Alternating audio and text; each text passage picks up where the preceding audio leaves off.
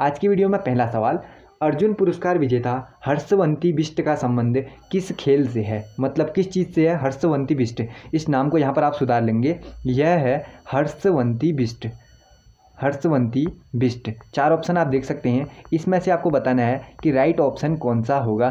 तो हर्षवंती बिष्ट का संबंध है पर्वतारोहण से। ऑप्शन नंबर डी हो जाएगा इसका बिल्कुल right option, option number D. बढ़ते हैं नेक्स्ट क्वेश्चन की ओर। अगला सवाल, उत्तराखंड लोक सेवा आयोग के प्रथम अध्यक्ष कौन हैं। उत्तराखंड लोक सेवा आयोग के पहले अध्यक्ष हैं Shri NP Nawani. Option number A हो जाएगा इसका बिल्कुल right option, Shri NP Nawani. बढ़ते हैं नेक्स्ट क्वेश्चन की ओर। अगला सवाल, राज्य में मैग्नेसाइट की पहली फैक्ट्री कहाँ स्थापित की गई।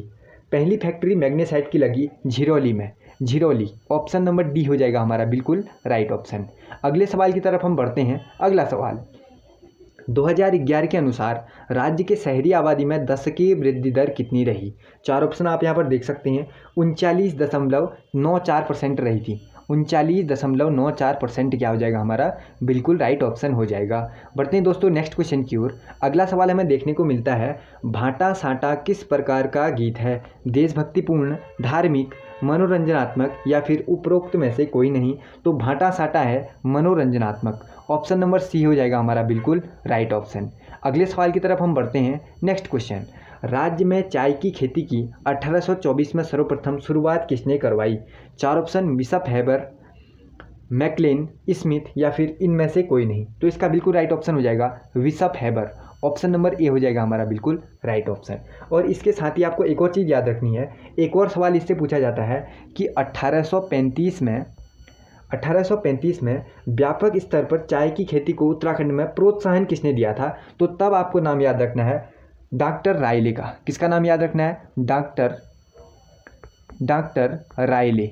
अगर आपसे पूछा जाएगा कि 1835 में व्यापक स्तर पर चाय की खेती का प्रोत्साहन किसने किया, तो डॉक्टर रायले तब राइट करोगे। अगर पूछा जाएगा 1824 में सर्वप्रथम शुरुआत किसने कराई, तो तब बिशप हेबर क्या करना पड़ेगा, राइट करना पड़ेगा। बढ़ते हैं नेक्स्ट क्वेश्चन की ओर। अगला सवाल देखो, मक्का के उत्पादन में कौन सा जिला प्रथम स्थान रखता है। नैनीताल, अल्मोड़ा, उधम सिंह नगर या फिर देहरादून। तो इसका बिल्कुल राइट ऑप्शन हो जाएगा देहरादून। मक्का की बात आएगी तो सबसे पहला नंबर किसका हो जाएगा, देहरादून का हो जाएगा मक्का के उत्पादन में।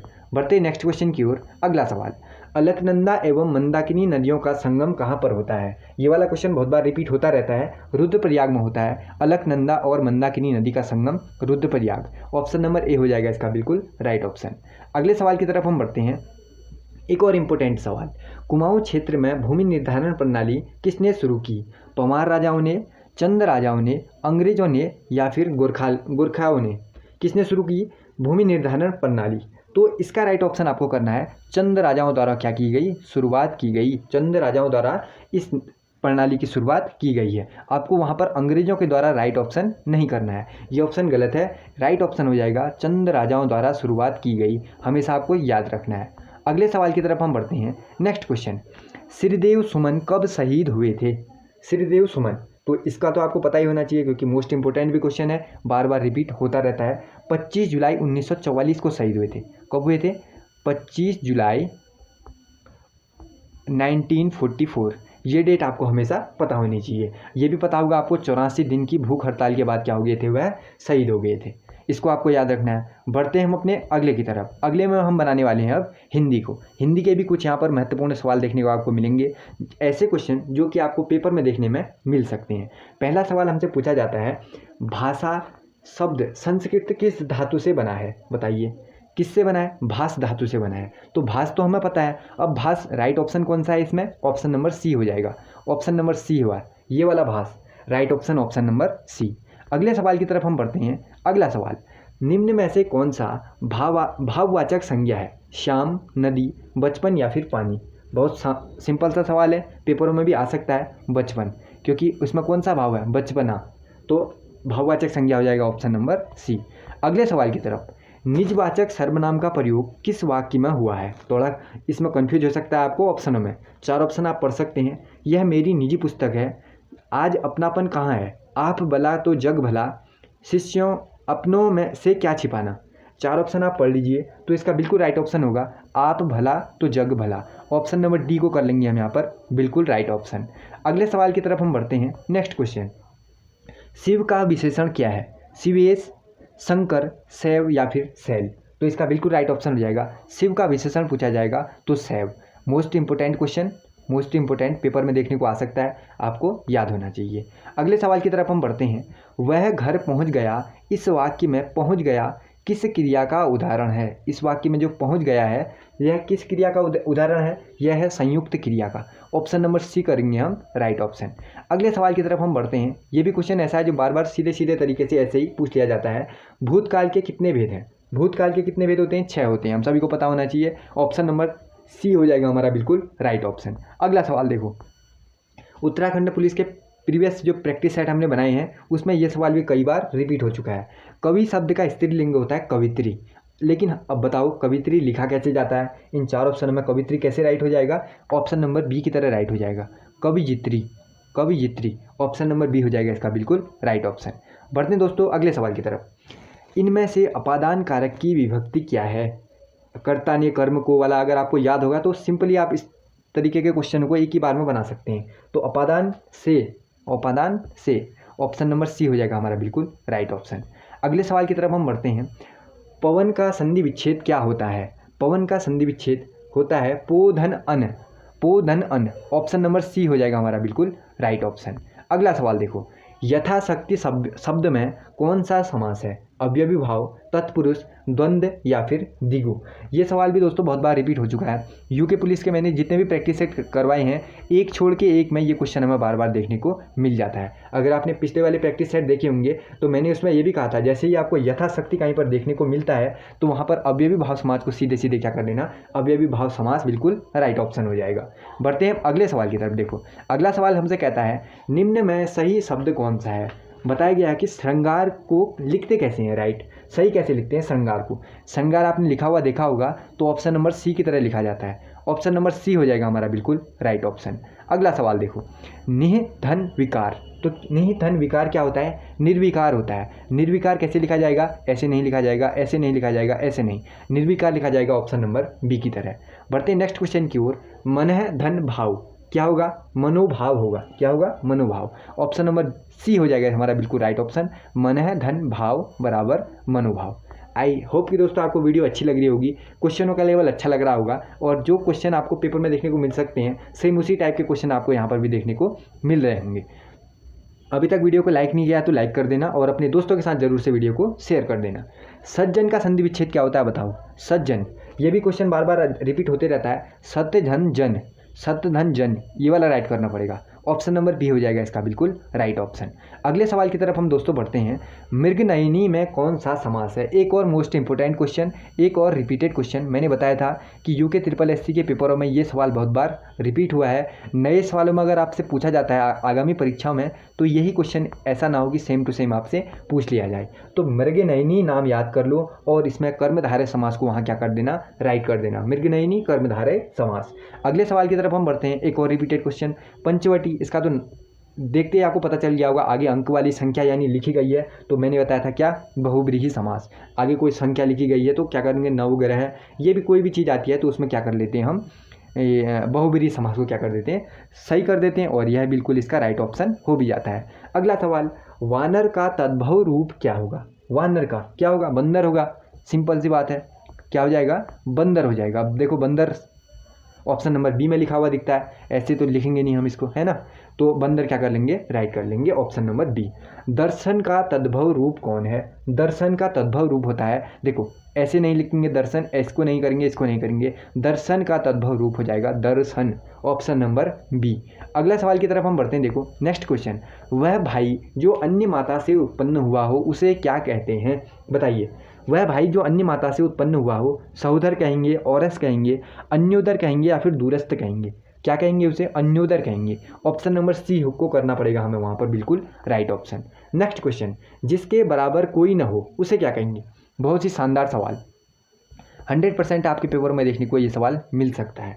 जिसके बराबर कोई ना हो उसे क्या कहेंगे? अनुपम कहेंगे, अनुपम कहेंगे। ऑप्शन नंबर बी हो जाएगा जी हमारा बिल्कुल राइट ऑप्शन। यहाँ पर हमारी हिंदी भी कवर हो चुकी है। हिंदी के भी जो इंपॉर्टेंट क्वेश्चन थे वो हम यहाँ पर देख चुके हैं। अब हम देखने वाले हैं जीके को। जीके के भी कुछ ऐसे क्वेश्चन होते हैं जो बार बार रिपीटेड होते हैं और एक परीक्षा छोड़ के एक हमसे पूछ लिए जाते हैं, तो कुछ ऐसे सवालों को मैं लाया हूँ। चलो बढ़ते हैं हम अपने जीके वाले सेशन की तरफ। ठीक, अगला जीके का देखो। जीके सबसे पहला सवाल हमसे जीके में पूछ लिया गया है कि कुचिपुड़ी किस राज्य की नृत्य शैली है? कुचिपुड़ी, ऑप्शन है केरल, आंध्र प्रदेश और तमिलनाडु या फिर कर्नाटक। तो दोस्तों शास्त्रीय नृत्य शैलियों से एक ना एक नंबर का आपका कवर होना पक्का है। यहाँ से एक नंबर तो पक्का मान के चलो कि अगर इस वीडियो को, जीके की इस वीडियो को कंप्लीट आप नृत्यों से रिलेटेड क्वेश्चन देख लेते हैं तो एक नंबर आपका कहीं नहीं जाने वाला। तो ध्यान रखते हुए देखते रहना। अगर जो क्वेश्चन आपको नहीं आता तो उसको क्या करना, अपनी नोटबुक में नोट भी करते जाना। इससे आपको पेपर में ज़रूर से फ़ायदा मिलेगा। बताओ कुचिपुड़ी कहाँ का है? ये तो आप सभी को पता हुआ ना, आंध्र प्रदेश का। ऑप्शन नंबर बी हो जाएगा हमारा बिल्कुल राइट ऑप्शन। अगला सवाल देखो, बहुत सारी परीक्षाओं में रिपीट हुआ है ये वाला सवाल। मोहिनी अट्टम एक पारंपरिक नृत्य है। इस नृत्य की उत्पत्ति भारत के किस राज्य में हुई थी? Mohiniyattam Kerala. Option number A हो जाएगा हमारा बिल्कुल राइट ऑप्शन। दोस्तों हो सकता है आपको ये क्वेश्चन आ भी रहे होंगे, हो सकता है नहीं भी आ रहे होंगे, कुछ क्वेश्चन नहीं आएंगे, तो उन्हें आप जरूर से क्या कर लेना, नोट करते रहना। ठीक, अगला सवाल देखो। केरल में सर्वाधिक प्रचलित शास्त्रीय नृत्य कौन सा है? केरल में कौन सा फेवरेट हो जाएगा प्रचलित वाला, फेमस? कथकली हो जाएगा। Option number B. अगला सवाल, भरतनाट्यम की उत्पत्ति किस राज्य में हुई? भरतनाट्यम की उत्पत्ति हुई है तमिलनाडु में। ऑप्शन नंबर बी हो जाएगा हमारा बिल्कुल राइट ऑप्शन। नेक्स्ट क्वेश्चन देखो। अगला सवाल हमसे पूछ लिया जाता है, कथकली नृत्य रूप किस राज्य से संबंधित है? कथकली किससे संबंधित हो जाएगा? केरल से हो जाएगा। ये तो सिंपल सा क्वेश्चन है, तो कथकली यानी केरल से हो जाएगा। अगला सवाल देखो, ये एक नया सवाल है। सत्रिया भारत के किस राज्य का एक पारंपरिक हिंदू शास्त्रीय नृत्य है? न्यू क्वेश्चनों में है ये। नए सवालों में अगर कोई यूकेपीएससी आपसे क्वेश्चन पूछ लेता है तो शायद ये क्वेश्चन की बनने की संभावना ज़्यादा है। तो सत्रिया नाम याद कर लो, क्या? सत्रिया। तो ये आएगा तो असम क्या करना पड़ेगा, आपको राइट करना पड़ेगा। अगला सवाल देखो, नेक्स्ट क्वेश्चन, मुखौटा नृत्य का संबंध किस नृत्य शैली से है? मुखौटा नृत्य शैली का संबंध हो जाएगा कथकली से। ऑप्शन नंबर ए हो जाएगा हमारा बिल्कुल राइट ऑप्शन। अगला सवाल देखो, अगला सवाल पूछा जाता है, अगला सवाल देखो, अगला सवाल है, सदिर किस नृत्य शैली का प्राचीन नाम है? एक और नया सवाल और इम्पोर्टेंट भी, 100% मोस्ट इम्पोर्टेंट। तो सदिर किस नृत्य शैली का प्राचीन नाम है? ये अगर आपसे पूछ लिया जाता है तो भरतनाट्यम क्या करना पड़ेगा, राइट ऑप्शन, जिसका प्राचीन नाम क्या था, सदिर था। अगले सवाल की तरफ हम बढ़ते हैं। किस शास्त्रीय नृत्य में मुखौटे का प्रयोग किया जाता है? अभी ऊपर वाले क्वेश्चन में हम पढ़ चुके हैं, कथकली में किया जाता है मुखौटे का प्रयोग। तो ऑप्शन नंबर बी हो जाएगा हमारा बिल्कुल राइट ऑप्शन। नेक्स्ट क्वेश्चन देखो, एक और महत्वपूर्ण सवाल, ये देखो नया सवाल भी है, मोस्ट इंपोर्टेंट भी क्वेश्चन है, 100% आपके आगामी परीक्षा के लिए इंपॉर्टेंट है, आपको पता होना चाहिए। अगर ये क्वेश्चन आपको आता है तो बढ़िया बात है, अगर नहीं आता तो क्या करना है, इसको सबसे पहले नोट करना है। इसको क्या कर लो, क्वेश्चन को नोट करो। अब बढ़ते हैं हम इसके आंसर की तरफ। अगर आपसे पूछा जाएगा रविंद्रनाथ टैगोर ने किस शास्त्रीय नृत्य को पुनर्जीवित करके उसे केरल के अतिरिक्त बंगाल में भी लोकप्रिय बनाया, वह नृत्य कौन सा है? तो वह नृत्य है कथकली। ऑप्शन नंबर बी हो जाएगा हमारा बिल्कुल right option. Most important question, हमेशा आपको क्या होना चाहिए, लर्न होना चाहिए और अपनी नोटबुक में नोट रखना। अगले सवाल की तरफ हम बढ़ते हैं। निम्नलिखित में से कौन सा एक शास्त्रीय नृत्य नहीं है? ये भी क्वेश्चन पूछ लिया जाता है हमसे। शास्त्रीय नृत्य कौन नहीं है? गरबा नहीं है। ठीक, शास्त्रीय नृत्य कौन नहीं है? गरबा नहीं है। ये हो गया। एक इससे रिलेटेड सवाल एक और देखा होगा आपने पेपरों में, अगर आपको उस क्वेश्चन के बारे में पता होगा तो पिछले प्रीवियस सेट में या फिर बहुत सारी परीक्षा में रिपीट होते रहता है। उसमें पूछ लिया जाता है कि जो शास्त्रीय भाषा नहीं है, यहाँ पर शास्त्रीय नृत्य लिखा है, उसमें पूछ दिया जाता है कि बताओ ऐसी कौन सी भाषा है जो शास्त्रीय भाषा नहीं आती, इसमें नहीं आती। तो उसमें एक ऑप्शन दिखता है हमें, कौन? भोजपुरी। क्या ऑप्शन दिखता है हमें? भोजपुरी। तो इस वहाँ पर क्या करना पड़ता है हमें? भोजपुरी राइट करना पड़ता है। ठीक, तो अभी पूछा है शास्त्रीय नृत्य नहीं है, तो गरबा शास्त्रीय नृत्य नहीं है। ठीक, उड़ीसी है, कथक है, मणिपुरी है। गलती भी, थोड़ी सी भी गलती नहीं करनी है इसमें। राइट ऑप्शन सीधे सीधे क्या कर देना है, गरबा कर देना है, जो शास्त्रीय नृत्य नहीं होता। अगले सवाल की तरफ हम बढ़ते हैं। नेक्स्ट क्वेश्चन देखो हमसे क्या पूछ लिया जाता है। निम्नलिखित नृत्यों में कौन गरीबों की कथकली के नाम से जानी जाती है? बहुत बढ़िया सवाल, बहुत शानदार सवाल है और पेपर में अगर नए सवालों में बनता है तो ये क्वेश्चन भी आपसे पूछ लिया जाता है। 100% संभावना है आपसे ये क्वेश्चन पूछ लिया जाए नए सवालों में एकदम। बताओ गरीबों की कथकली किसे कहा जाता है?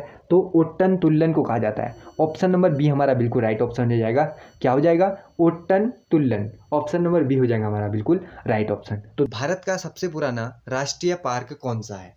4 ऑप्शन आप देख सकते हैं। तो सबसे पुराना राष्ट्रीय पार्क हो जाएगा जिम कॉर्बेट राष्ट्रीय पार्क। ऑप्शन नंबर डी हो जाएगा इसका बिल्कुल right option, Jim Corbett. Next question देखो, सुल्तानपुर बर्ड अभयारण्य कहाँ स्थित है? चंडीगढ़, भरतपुर, गुड़गांव या फिर गांधीनगर? तो सुल्तानपुर है गुड़गांव में। सुल्तानपुर बर्ड अभयारण्य कहाँ है? गुड़गांव में। बढ़ते नेक्स्ट क्वेश्चन की ओर। अगले सवाल, दुधवा राष्ट्रीय उद्यान कहाँ स्थित है? मोस्ट इंपोर्टेंट क्वेश्चन, बहुत सारी परीक्षाओं में पूछ लिया गया है, रिपीटेड क्वेश्चन भी है, इसे मोस्ट इंपोर्टेंट हम कर लेते हैं। दुधवा राष्ट्रीय उद्यान है उत्तर प्रदेश यूपी में। ऑप्शन नंबर बी हो जाएगा इसका बिल्कुल राइट ऑप्शन। अगला सवाल देखो, निम्नलिखित में से कौन सा अभयारण्य जंगली हाथियों के लिए प्रसिद्ध है? जंगली हाथियों की बात आएगी तो पेरियार ऑप्शन याद रखना है आपको। Option number D, option number D हमेशा याद रखना, बहुत बार रिपीटेड क्वेश्चन है पेरियार। बढ़ते नेक्स्ट क्वेश्चन की ओर। अगला सवाल देखो, दाचीग्राम वन्यजीव अभयारण्य निम्नलिखित में से किस राज्य में है? दाचीग्राम कहाँ है? जम्मू कश्मीर में है। मोस्ट इंपोर्टेंट क्वेश्चन, बहुत सारी परीक्षाओं में रिपीटेड, आगामी परीक्षाओं में आपको आ सकता है, इसके बहुत ज़्यादा चांस भी हैं। अगले सवाल की तरफ हम बढ़ते हैं। नेक्स्ट देखो, मैं सारे ही क्वेश्चन ऐसे लाया हूँ जो वन्यजीव अभयारण्य या फिर राष्ट्रीय उद्यान से संबंधित हैं, तो इनको आप नोट भी करते रहना। एक और मोस्ट इंपोर्टेंट क्वेश्चन जो बार बार पूछ लिया जाता है, सरिस्का पक्षी विहार कहाँ है? सरिस्का पक्षी विहार है राजस्थान में। ऑप्शन नंबर सी हो जाएगा इसका बिल्कुल right option, Rajasthan. Next question की तरफ हम साथ में दोस्तों बढ़ते हैं। अगला सवाल देखो, विश्व का एकमात्र तैरता हुआ राष्ट्रीय कीबुल लामजाओ कहाँ पर है? सबसे पहले आपको याद रखना है, तैरता हुआ राष्ट्रीय पार्क कहाँ पर है ये पूछ लिया जाता है, तो कीबुल लामजाओ आपको इसका नाम याद होना चाहिए।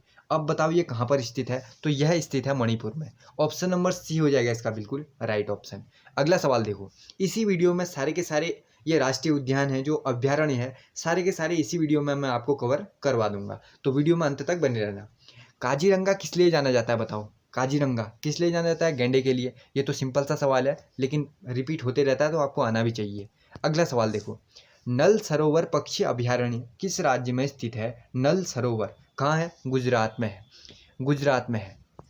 ऑप्शन नंबर सी हो जाएगा इसका बिल्कुल राइट ऑप्शन। गुजरात से एक और चीज़ मेन होती है, क्या पूछ लेता है? गिरवन कहाँ है? गिरवन कहाँ है? तो वो भी कहाँ आते हैं? गुजरात में आते हैं, ये भी पता होना चाहिए। अगले सवाल की तरफ हम साथ में बढ़ते हैं। पेरियार गेम अभयारण्य क्यों प्रसिद्ध है? बताओ। पेरियार गेम अभयारण्य है जंगली हाथियों के लिए प्रसिद्ध। ऑप्शन नंबर डी हो जाएगा इसका बिल्कुल से राइट ऑप्शन, जंगली हाथियों के लिए पेरियार।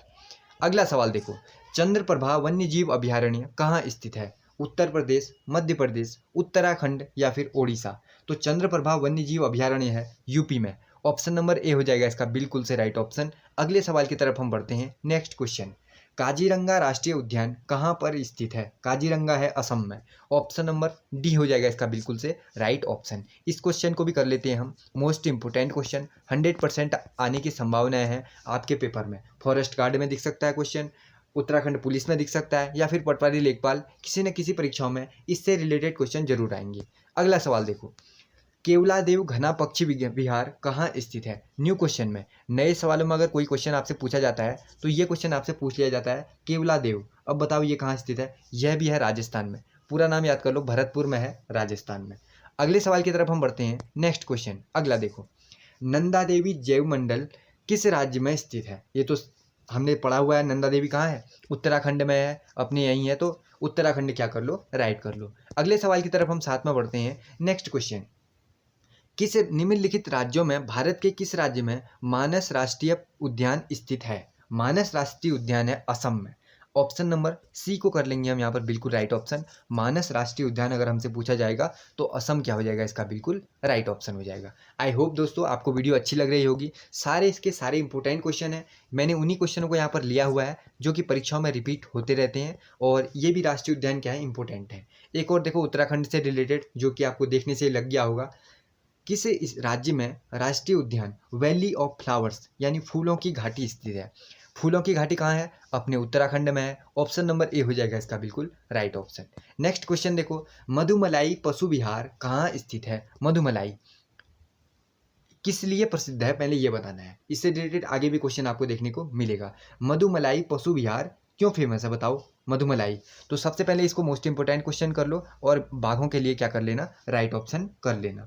अगले सवाल की तरफ हम बढ़ते हैं। नेक्स्ट क्वेश्चन, गिर वन शेरों के लिए प्रसिद्ध, यह किस क्षेत्र में स्थित है? इसके बारे में मैं आपको आगे बता चुका हूँ। गुजरात से रिलेटेड क्वेश्चनों में इसको पूछ देता है, तो गुजरात में है गिर वन। ठीक है, अगले सवाल की तरफ हम बढ़ते हैं। देखो, नामदफा वन्यजीव अभयारण्य किस राज्य में स्थित है? नामदफा, ये भी है एसएससी का फेवरेट सवाल है। एसएससी अपनी परीक्षाओं में इसे दोहराता रहता है, तो शायद आपके आगामी परीक्षाओं में यूपीपीएससी करवा रहा है, वह भी इस क्वेश्चन को दे सकता है। नामदफा, ये भी है मोस्ट इंपोर्टेंट क्वेश्चन। नामदफा हो जाएगा, कहाँ हो जाएगा? अरुणाचल प्रदेश, जम्मू कश्मीर, उड़ीसा या फिर मिजोरम। तो इसको कर लेंगे हम अरुणाचल प्रदेश में। ऑप्शन नंबर ए ही हो जाएगा इसका बिल्कुल राइट ऑप्शन। नेक्स्ट क्वेश्चन, खगचंद जैंदा राष्ट्रीय उद्यान कहाँ स्थित है? नए सवालों में है ये, इसको क्या कर लो? नए सवालों में न्यू लिख लेते हैं। नए सवालों के लिए क्वेश्चन है, नए क्वेश्चनों में हमसे पूछ लिया जा सकता है क्या? खगचंद जैंदा, तो यह है सिक्किम में। ऑप्शन नंबर डी हो जाएगा इसका बिल्कुल राइट ऑप्शन। कहाँ? सिक्किम में, ऑप्शन नंबर बी। अगले सवाल की तरफ हम बढ़ते हैं। नेक्स्ट क्वेश्चन, डाम्फा वन्यजीव अभयारण्य कहाँ स्थित है? इसको भी कर लेते हैं हम नए सवालों में न्यू।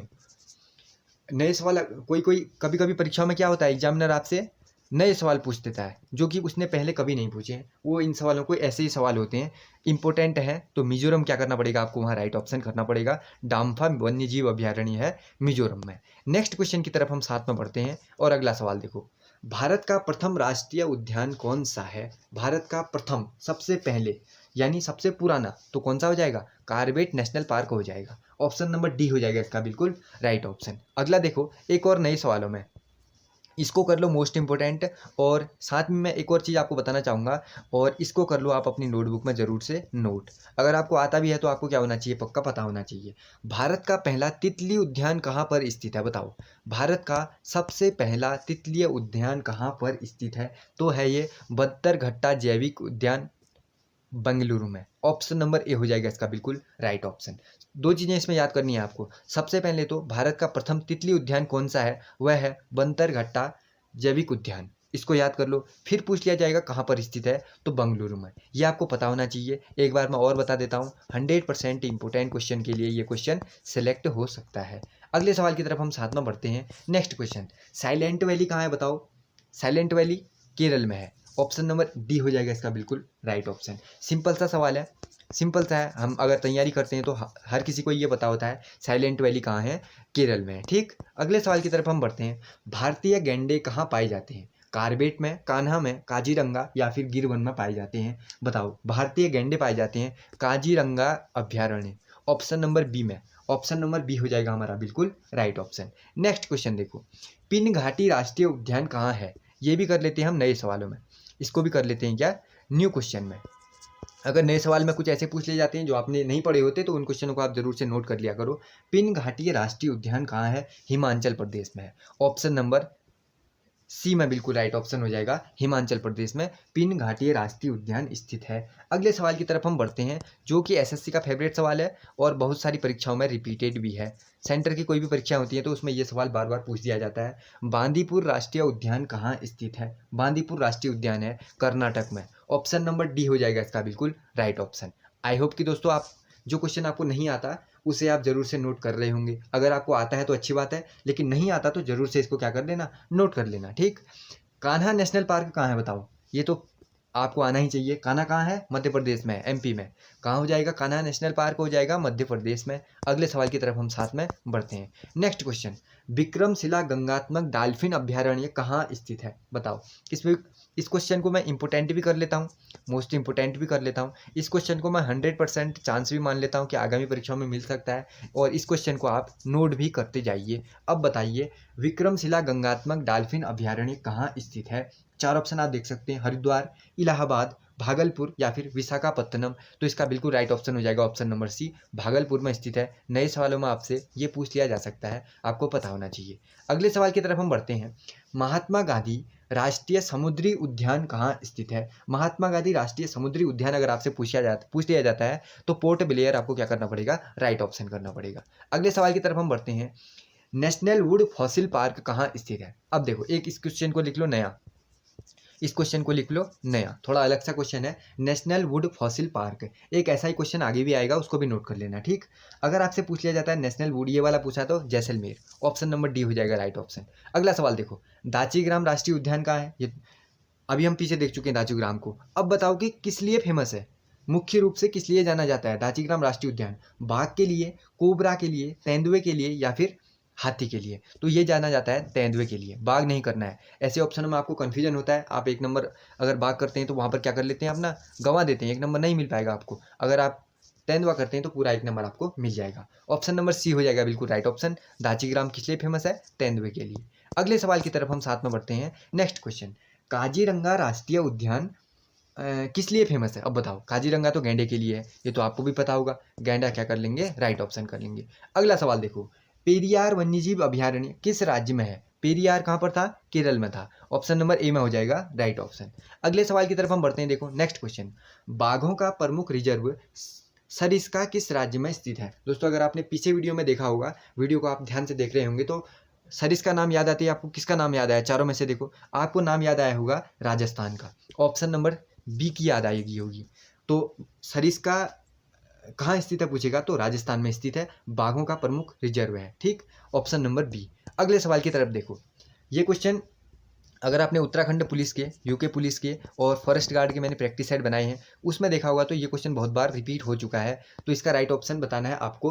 प्रोजेक्ट टाइगर किस वर्ष शुरू हुआ था? तो यह शुरू हुआ है 1973 में, ऑप्शन नंबर डी में, ऑप्शन नंबर डी हो जाएगा इसका बिल्कुल से राइट ऑप्शन।